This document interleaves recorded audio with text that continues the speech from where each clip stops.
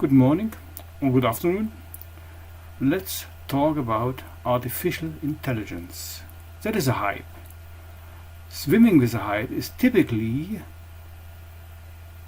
swimming with a stream. Scientists, however, should also swim against the stream, because only dead fish swim with the stream.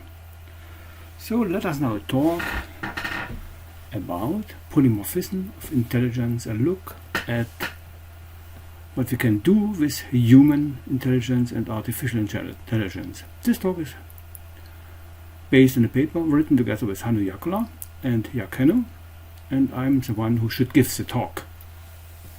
So let's now look what is really the reason that we have the next hype of artificial intelligence. There is a very simple reason. The reason is the enabling IT technology. What we have so far is an increase of computing power in 18 months, in memory for 15 months, in mass memory for 18 months, in transmission for 20 months. If you compare the increase from 55 to 75, then we have something like 1 to the power to 2 to the power of 13.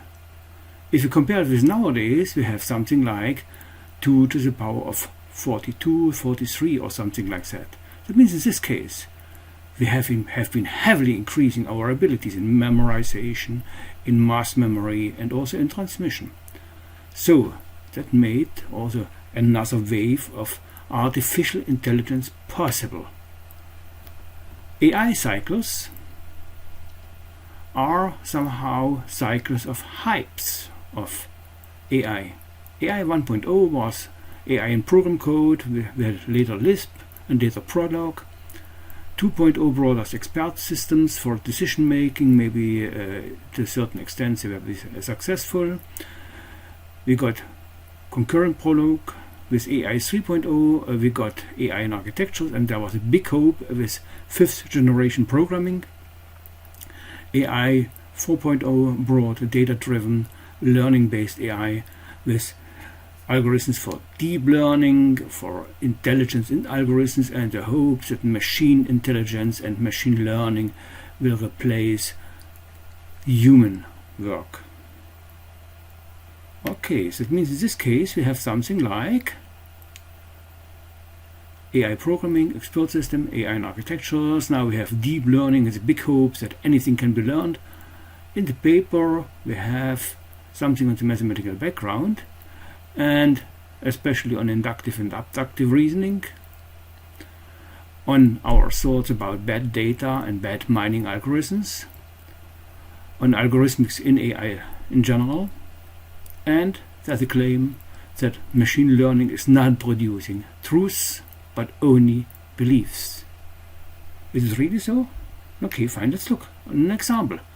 We have good codes, and good codes support whatever we do. For instance, you can go for a soccer game and replace some people judgment by AI algorithms. And AI says us that is a ball. Okay, in a soccer game you see that is now with our AI algorithm the ball. And of course the algorithm was not really very successful. You can also have algorithms that go, let's say, with computations towards the past and the future. Let's look for that guy, for instance, in an age of 60 years. You can compute now how the guy is looking nowadays, almost 70 years old, or how the guy was looking like when he was 20 years old. In reality, in 20 years the picture was this one, with 25 this one, and in 60 years you have this picture and or this picture, depending on which of the origins you are taking. That means in this case we have to be very careful with what we get with AI.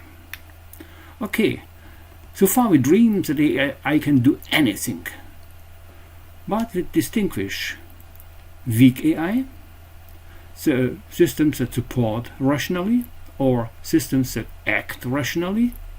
We have strong AI, that is still a big hope. systems that think rationally, or that support like a human, or that act like a human, that is far from being true so far. And we might think that we have systems that think like a human. That will be never feasible. We should claim why it is so. We can ask very stupid questions about AI. What is the computational power of artificial cognitive systems? Are there levels of intelligence? What is the position of human intelligence with respect to the levels of intelligence?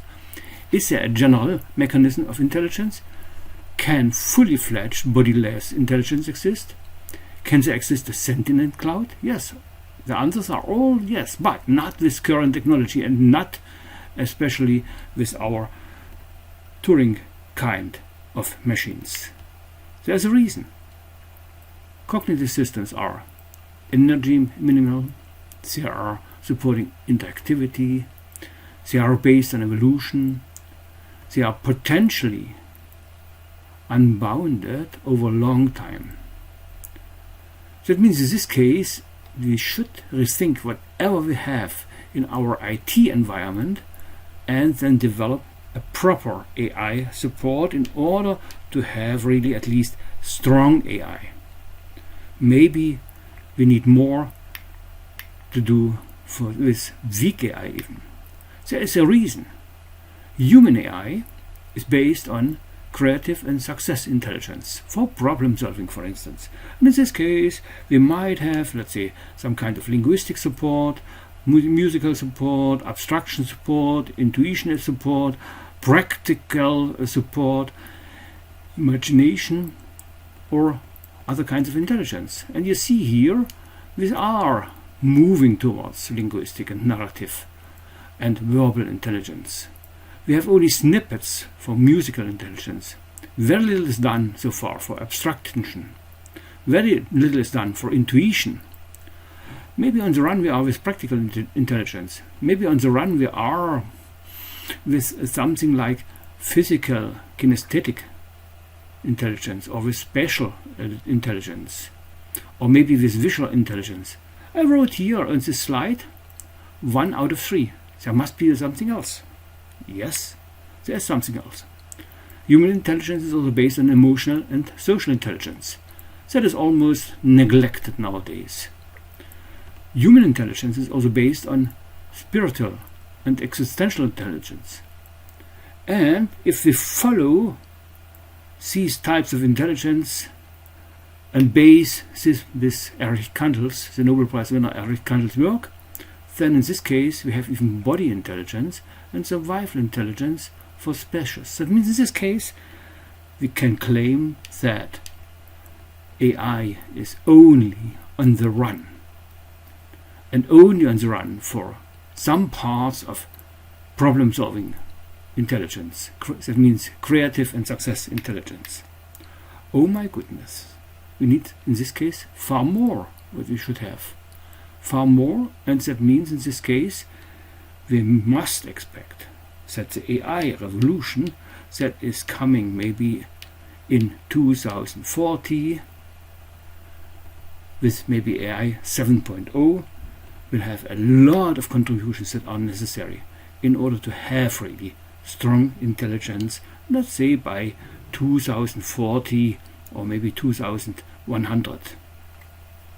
That means in this case we should really think what we have here and what we can support. For this reason, a little lesson. Everything on its place. One thing is not right for all. Let each one see what he will do. Let each one see where he will stay, and who stands that he may not fall. That is an old lesson written 200 years ago by Johann Wolfgang Goethe, and I think we should conclude our lesson with that, saying thank you for everybody. Thank you also on behalf of Hannu JAAKKOLA, coming from Tampere University. Thank you also by Jaak HENNO, coming from Tallinn Technical University. Thanks a lot. We are open now for questions